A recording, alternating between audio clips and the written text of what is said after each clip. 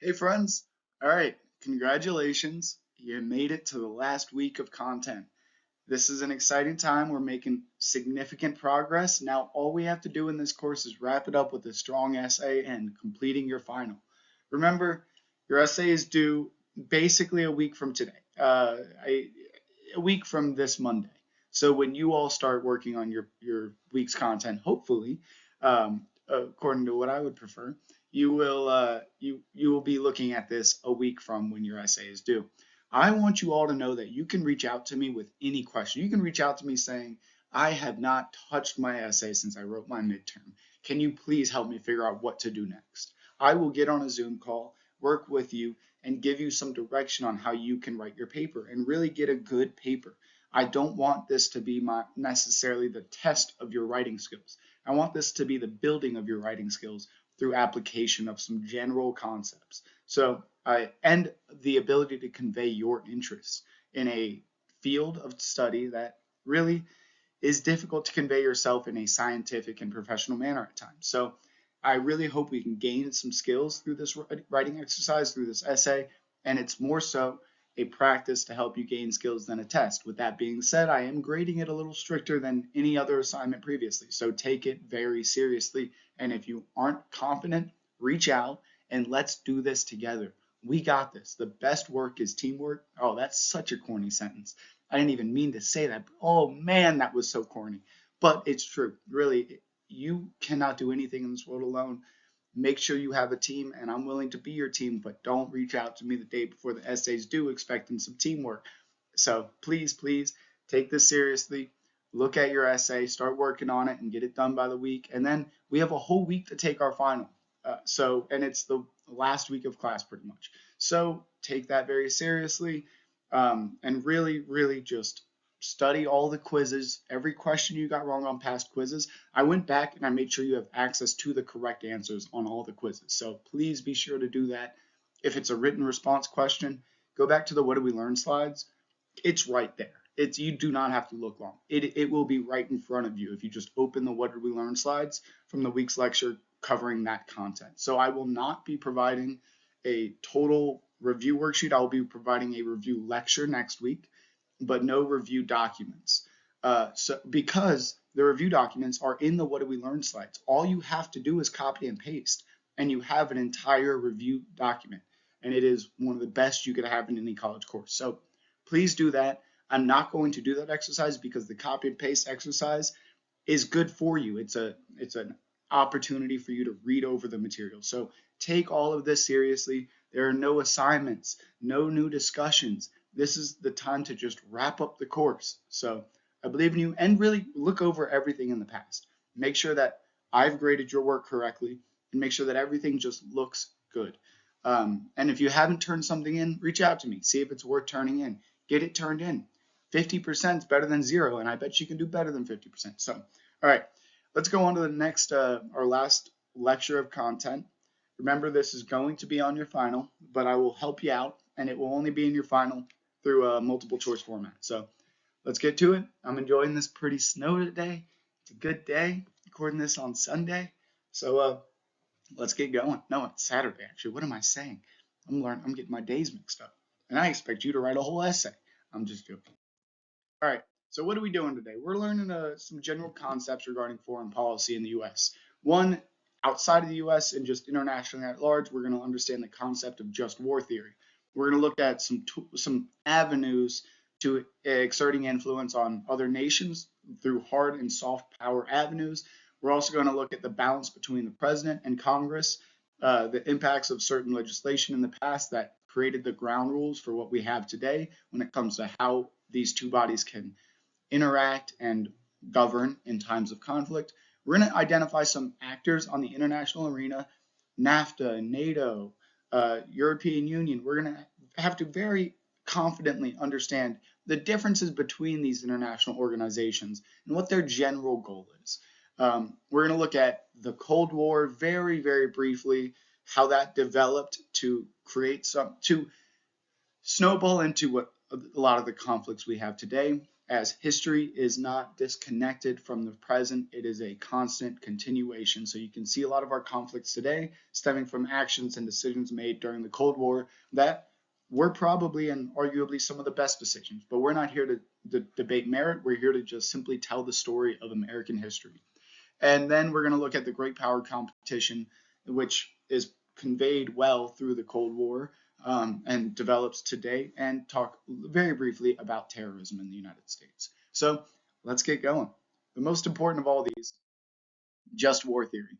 So just war theory, it kind of comes in two parts. There's just ad bellum, which presents a set of conditions under which a war is morally legitimate, basically saying, here are the conditions a nation requires for them to be able to go to war. And then there's the other side, jus in bello, which identifies conditions in which people that are in war can conduct themselves. We've heard of this generally, the concept of war crimes. We cannot have nations going to war for whatever reason they want just because they desire, and we cannot have individuals who are representing nations in conflict acting in any way they believe. So this is the guidelines that the international community relies on when it comes to just war, whether a war is morally just and acceptable. Now, the damages caused by going to war also must be proportional to the possible damages of not going to war, and civilians can't be killed in conflict. Those are two overarching general understandings. It's the same thing we just said in the definition for just war theory, just rephrasing it and being a little bit more specific. You cannot go to war unless the damages you will create are proportional, less than the damages that doing nothing would create. So that is jus ad bellum right there. You cannot create more harm than would have originally occurred. And additionally, you cannot kill civilians in conflict. Conflict is between two combatant individuals, and very clearly emphasized. We also want to make sure this will not be on the final, but it is worth noting and understanding because a lot of political science courses cover this, the difference between preemptive and preventative self-care. Preemptive self-defense, self-care. Self-defense, what am I saying self-care? It's the weekend, it's my self-care day, that's what my mind is on. So preemptive self-defense emphasizes that those acting preemptively believe that an adversary is about to attack, that the assault is inevitable, and that a preemptive strike can eliminate the threat or at least reduce the harm. While preventive self-defense is when a state believes that war with a potential adversary is possible at some future date, and if it waits, it will lose important military advantages. Now, it may seem like this is pretty similar, but preemptive means that you are waiting until you cannot do anything else. This is the last second opportunity. Think about, the preemptive self-defense would be the moments right before Pearl Harbor. Say we were notified that this was going to occur, and then we launched a preemptive attack. That would be an example of preemptive. We know something is about to happen. We have gathered information that this will occur. This is right around the corner. It is almost inevitable. While preemptive self-defense is, think about early 2000s Iraq, when a state believes that war with a potential adversary is possible at a future date, and they currently have an advantage, and we cannot lose that military advantage, so we must strike now. Preemptive is, when excessively simplified, waiting until the last second prior to an attack. It is still prior to, it is not responsive, it is preemptive. And then we see preventive is well before that moment, is when you realizing that you still have an advantage, although they are building up their military powers. But the main takeaway from this slide that we have to remember for the final is what just war theory is, and that it focuses on conditions that resort to a just war when a nation enters it, and conditions that result to just actions for individuals who are combatants in a conflict. Two dimensions of just war theory. You don't have to remember the Latin, but you do have to remember the general sentiment between these two sides of just war theory, that it has to be proportional to damages that are possible, and civilians can't be killed. Or the same thing, just said it with different language. You have to present conditions under which a resort to war is morally legitimate, and there are conditions in which soldiers and states can conduct themselves during wars. Now, when we talk about wars, let's talk about what we are trying to do prior to going to international conflict.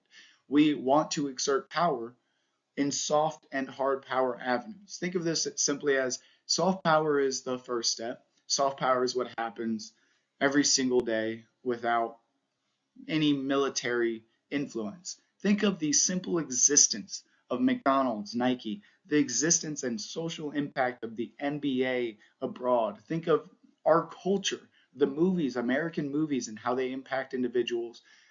You hear stories of people in North Korea sneaking in American movies and films, and this is an example of soft power, encouraging other nations through culture and diplomacy, diplomatic efforts. Think also of treaties, positive treaties that you could create with other nations, and simply any soft influence. Just it makes sense. It's soft nudges that make somebody view you and your nation more positively. Although McDonald's, when they see their heart rate, they might not think of us as positively. But we see generally that's just a joke. Through our music, culture, and industry, that we have international influence that helps people create a positive portrayal of the United States and its citizens. We also have hard power, which is coercing another state or nation through official military or economic means. So it's important to remember that this is military and or economic. Economic, think of sanctions, saying or tariffs. These are another example in which you can say we do not approve of your actions as a nation, so we are putting these economic restrictions on your trade. That is an example of hard power. That is a last resort. That is a firm action trying to influence another nation. Now, we also see the most clear cut and easy to understand examples of hard power is troop deployments. Think of troop deployments in Afghanistan and numerous places throughout the globe. So we can exert soft power through treaties, positive relationship building with other nations, through cultural impact, just simply having our industry, markets, whatever it may be, culture influencing people's sentiments regarding our nation and citizens. And additionally, in contrast to all these soft powers, we see hard power, in which you can put troops on the ground or restrict their economic trading. One of the most important things when it comes to a nation is their ability to trade and trade effectively. And if you can halt the nation's trade, you can significantly influence and coerce them to align with you or work alongside you, or to work against you, which could be a negative impact of utilizing hard power too immediately, too excessively.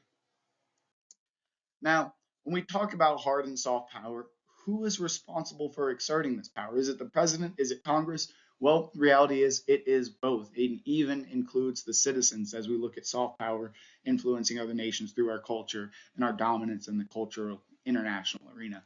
Now, when we talk about the relationship between the president and Congress, though, let's get some specifics. Let's look at the War Powers Act of 1973, also known as the War Powers Resolution. This limits the president's use of troops in military action without congressional approval. Prior to this, the president could send troops and, in a de facto sense, declare war almost. Now, this legislative act, strengthened Congress's power during times of conflict. The president can still send troops. The president has the power to immediately send troops to various nations. Now, the president, because of the War Powers Act of 1973, must notify Congress within 48 hours of deploying any troops so they can begin researching why this is occurring.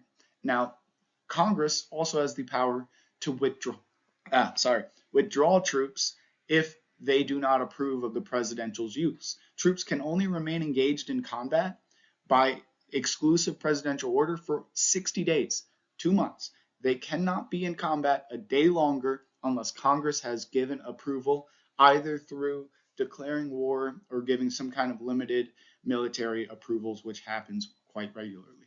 Now, there is also a 30-day withdrawal period. So once Congress has determined that troop deployments are not constitutional in a sense or not accepted, they must withdraw rapidly. And this is why you've seen some conflicting withdrawals in the past. Now, a lot of this stems from the base premise that the power of the purse is a power granted exclusively to Congress. The president can order military actions, but the action cannot be executed unless Congress can fund it. That is the foundation of this relationship between the president and Congress. The Congress has the power to rule the purse and also declare war, while the president has the power to respond quickly. Think of it that way. The president is there for quick responses and military action, while Congress is there to make sure that it is rational and act as a check on the president's passion.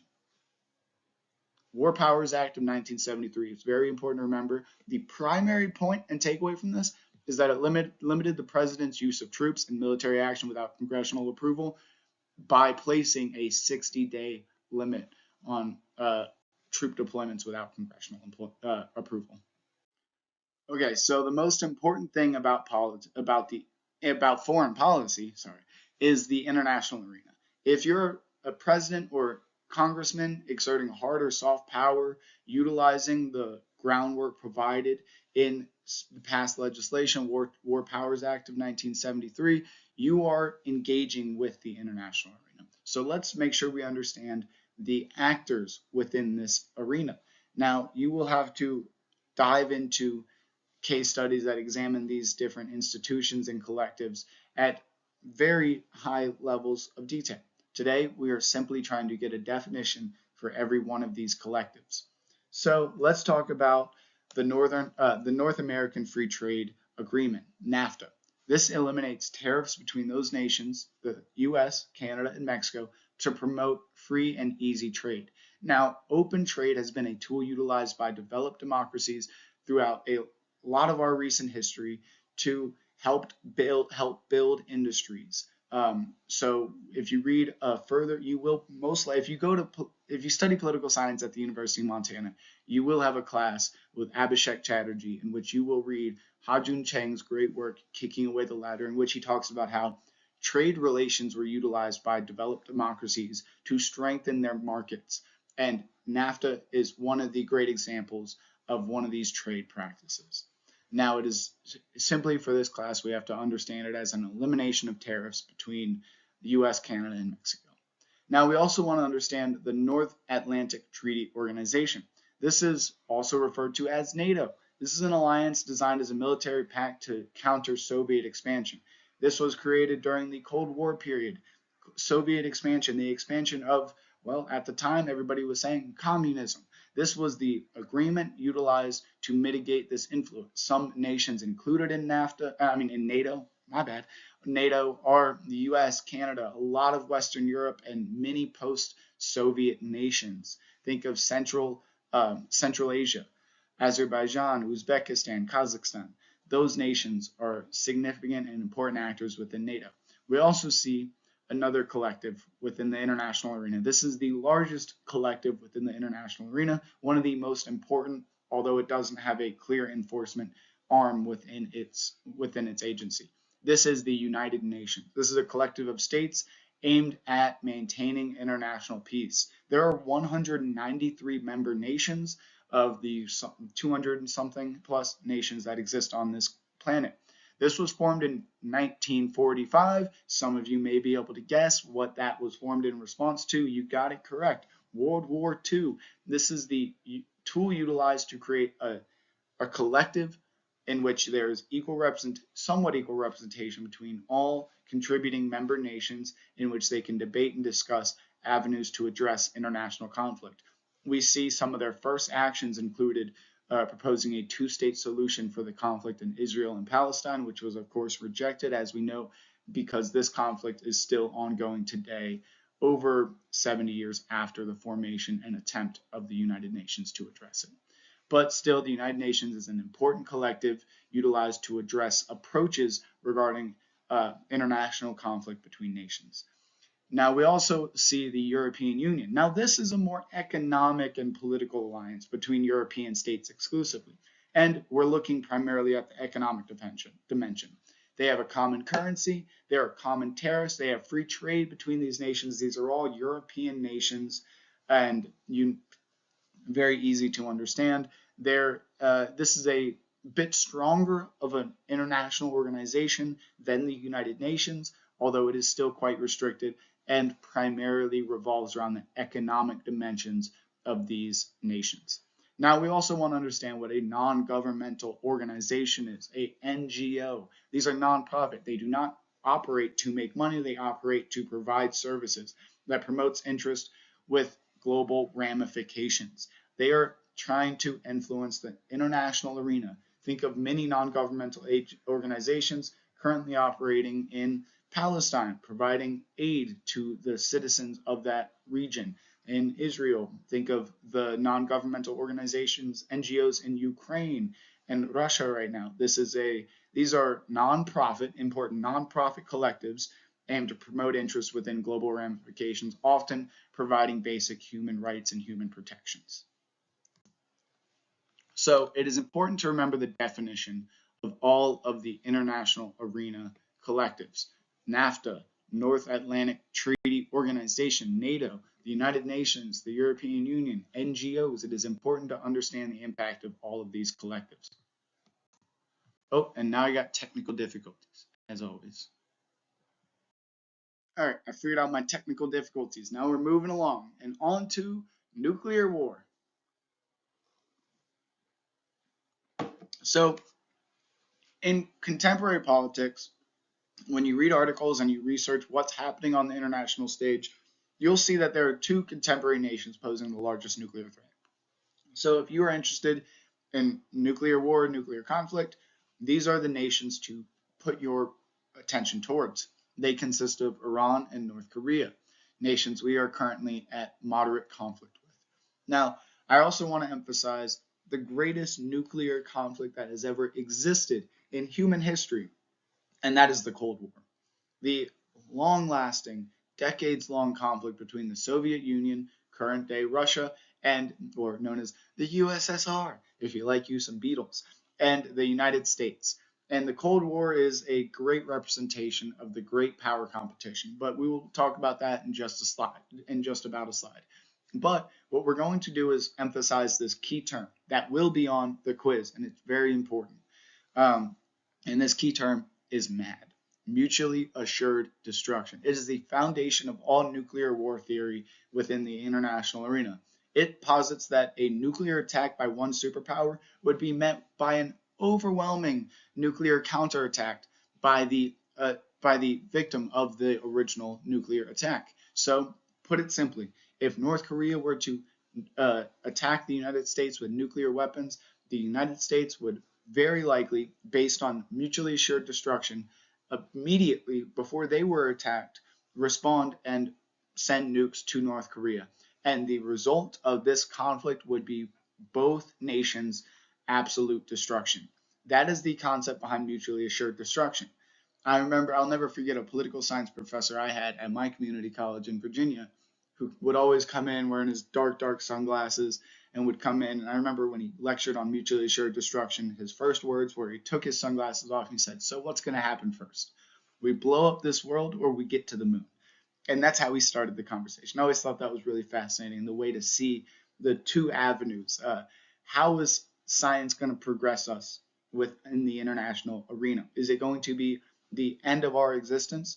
Or will this maybe even be the tool through mutually assured destruction that unites every nation, as we have the common belief that MAD is bad. Mutually assured destruction is not beneficial for any single nation. It is best to put our differences aside. And this is the concept underlying why the Cold War ended with moderate peace, why there were no nuclear launches, why there have only been 2 nuclear launches in human history, and they were both led by the United States in World War II. So, mutually assured destruction. We will not be attacked by nuclear bombs because of the threat that we will attack them with nuclear bombs. We'll be on the final. Now, let's talk about the Cold War. Cold War ranging from 1945 to 1991 when we saw Gorbachev tear down that wall. And this is where you really see a lot of the conversation regarding the importance of nuclear regulations, the influence of certain collectives on the international arena, and if you look at it from today's lens, you can see how history tends to snowball into contemporary issues.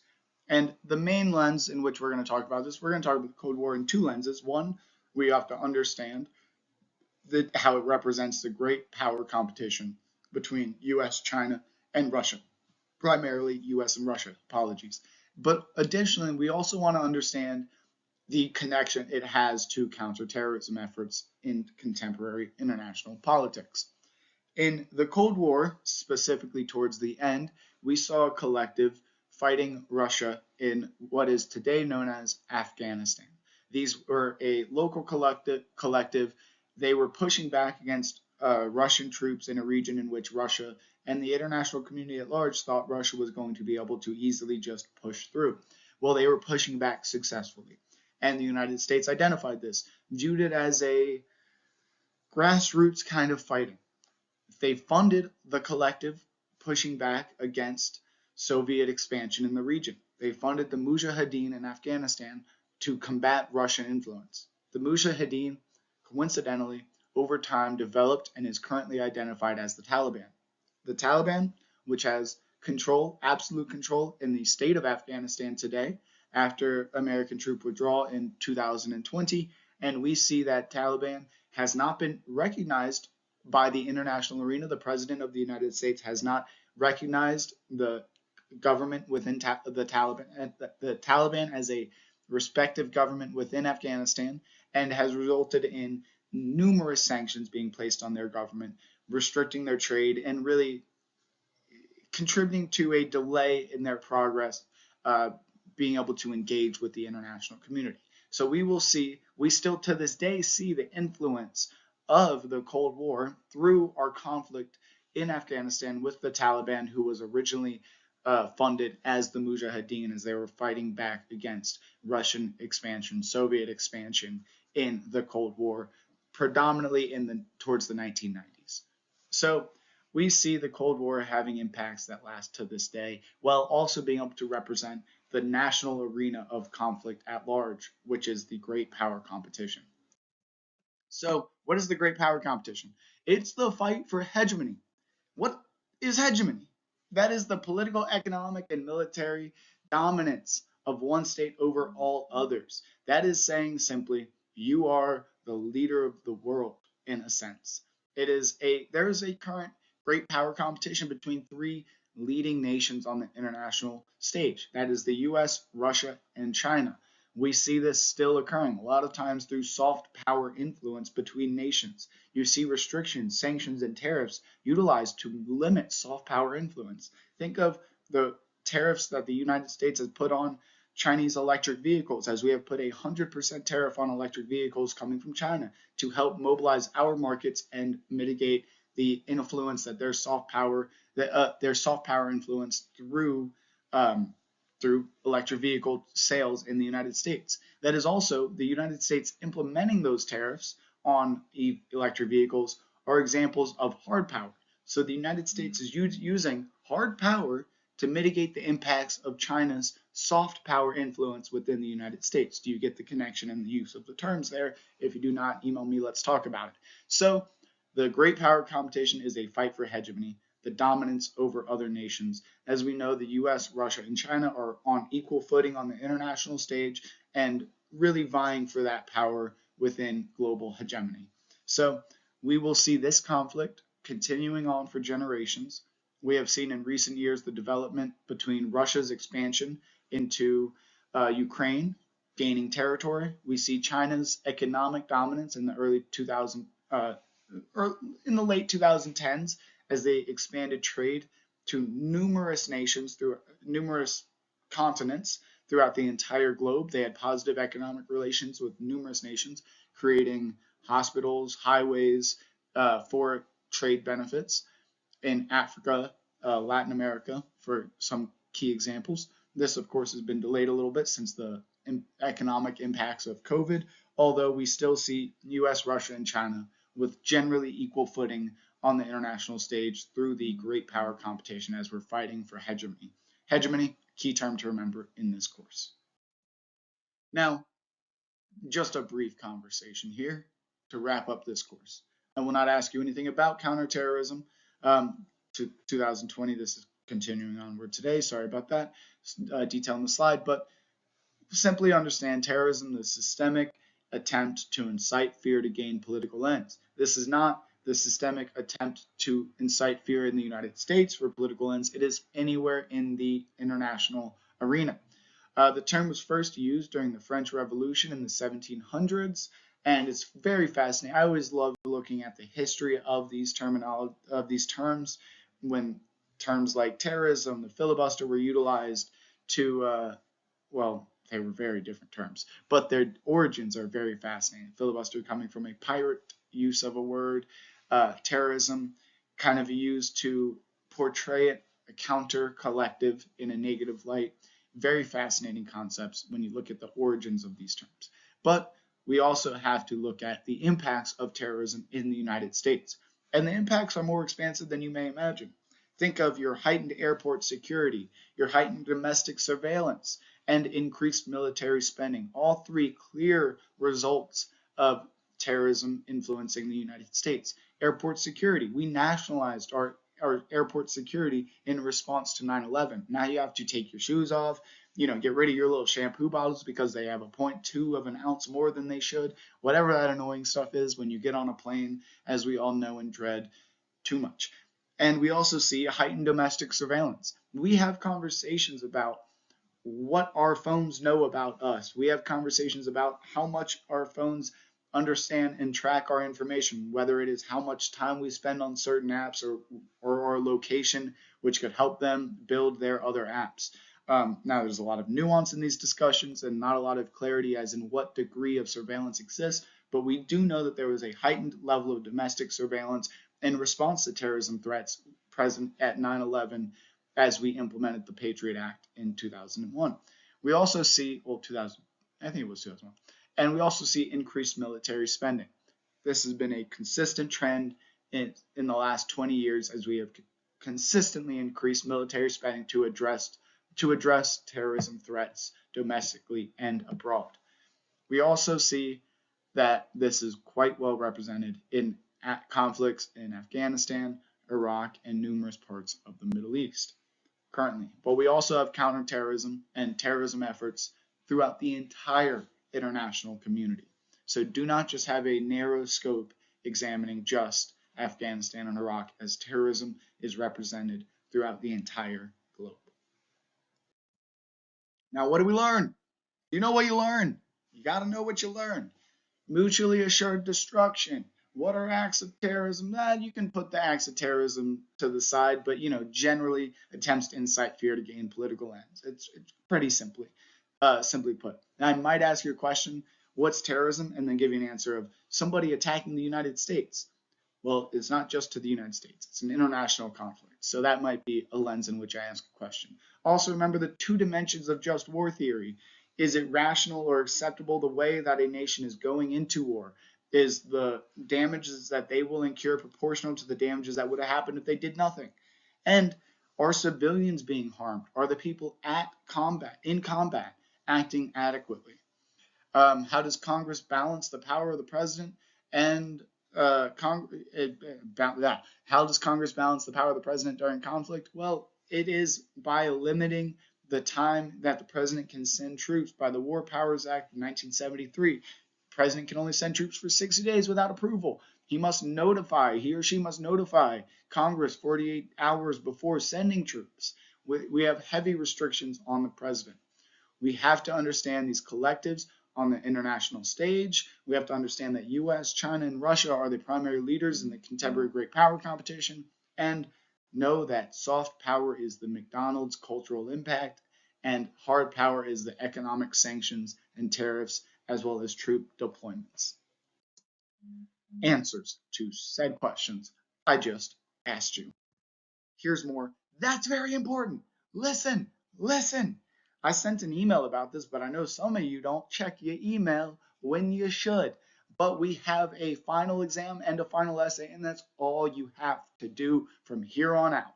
So dedicate the next 2 weeks to just getting this done and getting it done well. And your essay is due about a week from today. So really take this serious. Get it done. Reach out to me to ask for help. I want to help you. I'm here for you. That's my whole job. They pay me to help you learn. So utilize me.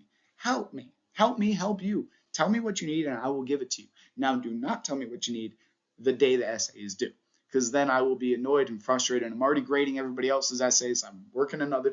I don't want to sit there and help you write your essay hours before it is due, because that's just not fair to me.